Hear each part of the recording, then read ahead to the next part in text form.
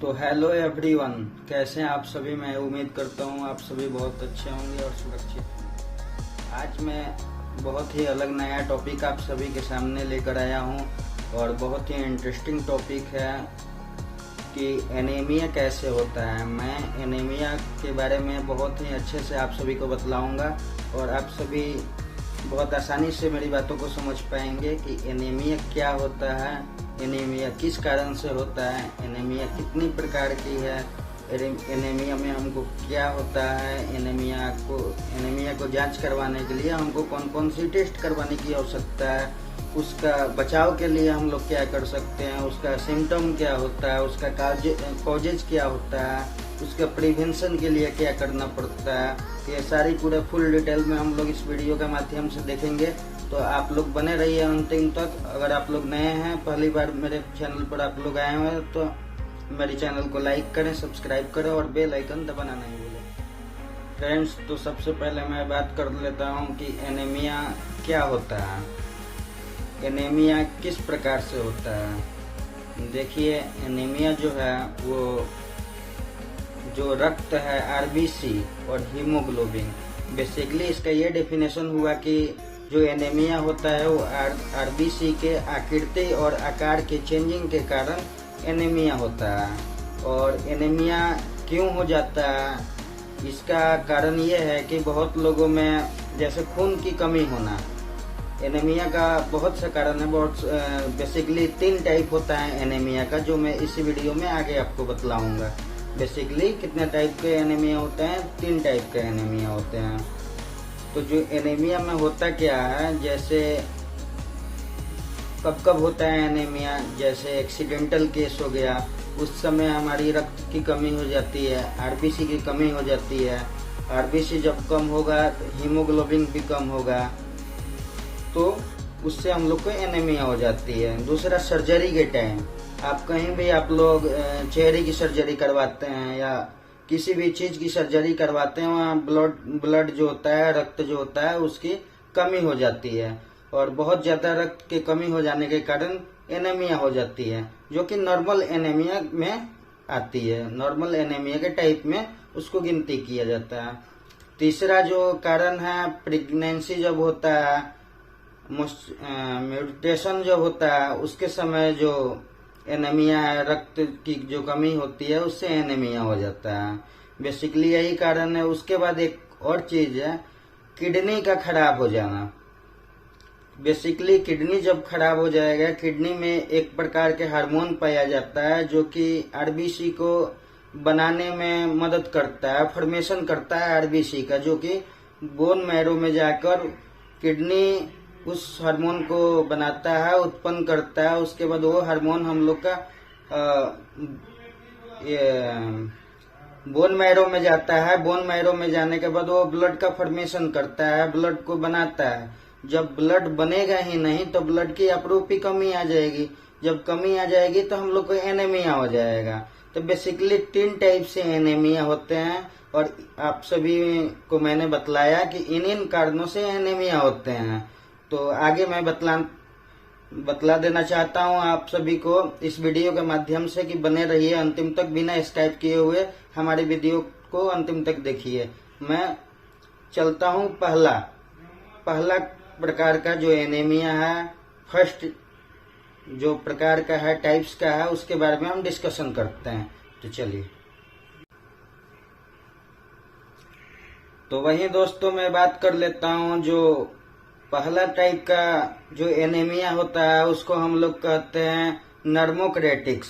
नाम ही से आपको पता चलेगा, नर्मो मतलब नॉर्मल।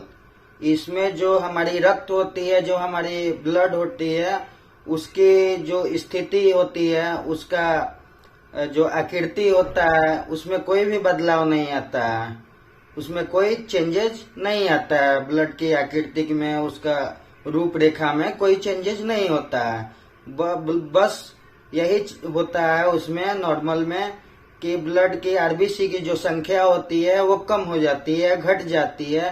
साथ ही जो हीमोग्लोबिन होता है उसकी भी संख्या कम हो जाती है। दूसरा, वही जो मैं बात कर लेता हूँ, दूसरा जो एनीमिया होता है उसका नाम है मैक्रोक्रेटिक्स। वो मैक्रो होता है, देखिए यहीं पे थोड़ा समझने वाली बात यह है कि माइक्रो और मैक्रो दोनों में अंतर है। मैक्रो मतलब बड़ा नहीं हो गया, मतलब एक नॉर्मल रेंज होता है ब्लड का, अगर उस रेंज से ब्लड कम होता है तो माइक्रो में गिनती आएगा, नॉर्मल होता है इक्वल होता है तो नॉर्मोक्रेटिक्स में गिनती आएगा, अगर उससे ज्यादा होता है तो मैक्रो में गिनती आएगा। तो सेकेंड नंबर पर आता है मैक्रोक्रेटिक्स।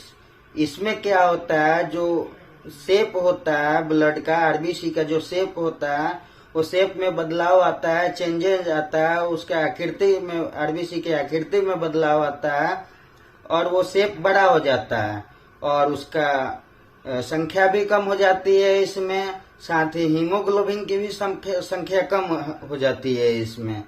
वहीं मैं बात कर लेता हूँ तीसरे और सबसे अंतिम जो प्रकार है, टाइप्स है एनीमिया का, उसके बारे में मैं बात कर लेता हूँ। तो दोस्तों ये समझने वाली बात है, यहाँ पे बहुत ही जीपैट नाइपर ये सब में यहाँ से क्वेश्चन उठाया जाता है, तो इसको आप लोग गौर से सुनिएगा, क्योंकि छोटी छोटी बेसिक चीजों को ही उठा के कॉम्पिटिटिव एग्जाम में, ड्रग इंस्पेक्टर के एग्जाम में, जीपैट हो गया, नाइपर हो गया, इस सब में पूछे जाते हैं। तो आप लोग बिना स्किप किए हुए अंतिम तक देखें।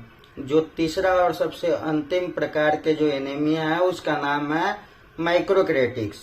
माइक्रो मतलब छोटा, जो इन आरबीसी होता है उसका जो रेखा होता है उसमें चेंजेस आके, उसके आकृति में चेंजेस आके वो छोटा हो जाता है, स्मॉल हो जाता है अपने नॉर्मल रेंज से, और वो जो उसका संख्या होती है, संख्या में भी बदलाव आकर उसमें कमी हो जाती है, और साथ ही जो हीमोग्लोबिन है उसकी भी संख्या में कमी आ जाती है, उसमें भी चेंजेस हमको देखने को मिलता है। तो अब मैं बात कर लेता हूँ कि इसका टेस्ट कैसे होता है, कौन कौन से इसके टेस्ट हैं। तो सबसे पहले और सबसे ज्यादा जो इम्पोर्टेंस है, जरूरी है, उस टेस्ट का नाम है CBC, complete blood count test. ये सीबीसी करवाने से हम लोग का ब्लड का पता चलेगा, आरबीसी के पता चलेगी आरबीसी बढ़ा या घटा है। और दूसरा आयरन टेस्ट भी करवाने से हम लोग को बेसिकली मालूम चल जाएगा कि देखिए, मैं तो कंसेप्ट के हिसाब से यही कहता हूँ कि कहीं ना कहीं ब्लड के बनाने में आयरन का भी बहुत अच्छा रोल होता है, बहुत इम्पोर्टेंस रोल अदा करता है ब्लड को बनाने में आयरन। इसलिए आयरन टेस्ट जो मैं कभी आगे फिर वीडियो में बतलाऊंगा, वो ब्लड को लेके स्लाइड पर लेके उसको फिर हम लोग टेस्ट करते हैं। उस टेस्ट से भी पता चल जाता है कि हम लोग का और कितना ब्लड में कमी है या आकृति में चेंज आई है। और बेसिकली मैं इस एनीमिया की सिम्टम की बात करूं तो इसकी सिम्टम है चक्कर आना, सीना में दर्द करना, सीने का जलन होना, मिचली आना, सर दर्द करना, ऐसे उदाहरण होते हैं एनीमिया में हमको आमतौर पर देखने को मिलती है। मिचली आना, खीस बढ़ना, ऐसे जो फ्रस्ट्रेशन होगा, मतलब इसलिए बहुत लोग मेडिटेशन करते हैं इसके लिए। योगा अभ्यास में हमारे भारतीय आयुर्वेदा और योगा अभ्यास के जरिए भी इसको मतलब हम लोग जड़ से ठीक कर सकते हैं। लेकिन मैं तो कहूंगा पहले आज के डेट में आप लोग पहले डॉक्टर से सलाह लीजिए। अगर ऐसा सिम्टम आप लोग को दिखाई दे रहा है तो आपको किसी भी नजदीकी मेडिसिन शॉप से दवा लीजिए। जब नहीं ठीक हो रहा है 3 से 4 दिन दवा खाने के बाद, डोजेज लेने के बाद अगर ये नहीं ठीक हो रहा है तो आप लोग जाके इसको फिजिशियन से कंसल्ट कर सकते हैं, मिल सकते हैं और इसका उपचार पा सकते हैं। इससे आपको परेशानी भी नहीं होगी। मैं तो कहूंगा कि आपको साल 2 साल में एक बार सीबीसी, ब्लड टेस्ट ये सब करा लेना चाहिए और इम्यूनिटी को ज्यादा से ज्यादा बनाए रखें। तो आप लोग समझ गए किन किन कारणों से एनीमिया होता है, या आरबीसी के रूपरेखा में चेंजेज आ जाए, या उसके नंबर में चेंजेज आ जाए, हीमोग्लोबिन में चेंजेज आ जाए, इस कारण से हमको एनीमिया होता है। बेसिकली नॉर्मल एनीमिया जो होता है वो accidental case, pregnancy test, surgical test और किडनी का खराब हो जाने में देखा जाता है। जबकि जो आकृति है, जो उसका स्ट्रक्चर है आरबीसी का, उसमें बढ़ोतरी होना, उसके शेप में चेंजेस होना, शेप का लार्ज हो जाना, मैक्रो हो जाना, उसका कम हो जाना, माइक्रो हो जाना, ये सब भी एक दूसरे और तीसरे कैटेगरी में आता है एनीमिया के। तो मैं आशा करता हूँ आप सभी को ये वीडियो अच्छी लगी होगी और बहुत ही उपयोगी रही होगी।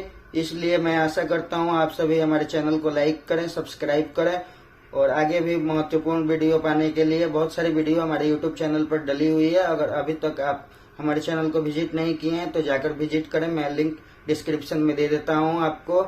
और मुझे कमेंट सेक्शन में बतलाएं कि आगे मुझे किन चीज़ों पर वीडियो बनानी चाहिए, या तो फार्मेसी सेक्टर में हो, मेडिकल सेक्टर में हो, मेडिसिन लाइन में हो, या कोई भी फार्मेसी का टॉपिक हो जिस पर आपको लगता है कि बहुत ही उपयोगी है और बहुत कम लोग इस पर वीडियो बनाया है, तो मैं जरूर उस पर वीडियो बना के आपके सामने लाता रहूंगा। तो इतने के लिए बहुत बहुत धन्यवाद। जय हिंद, जय भारत, नमस्कार।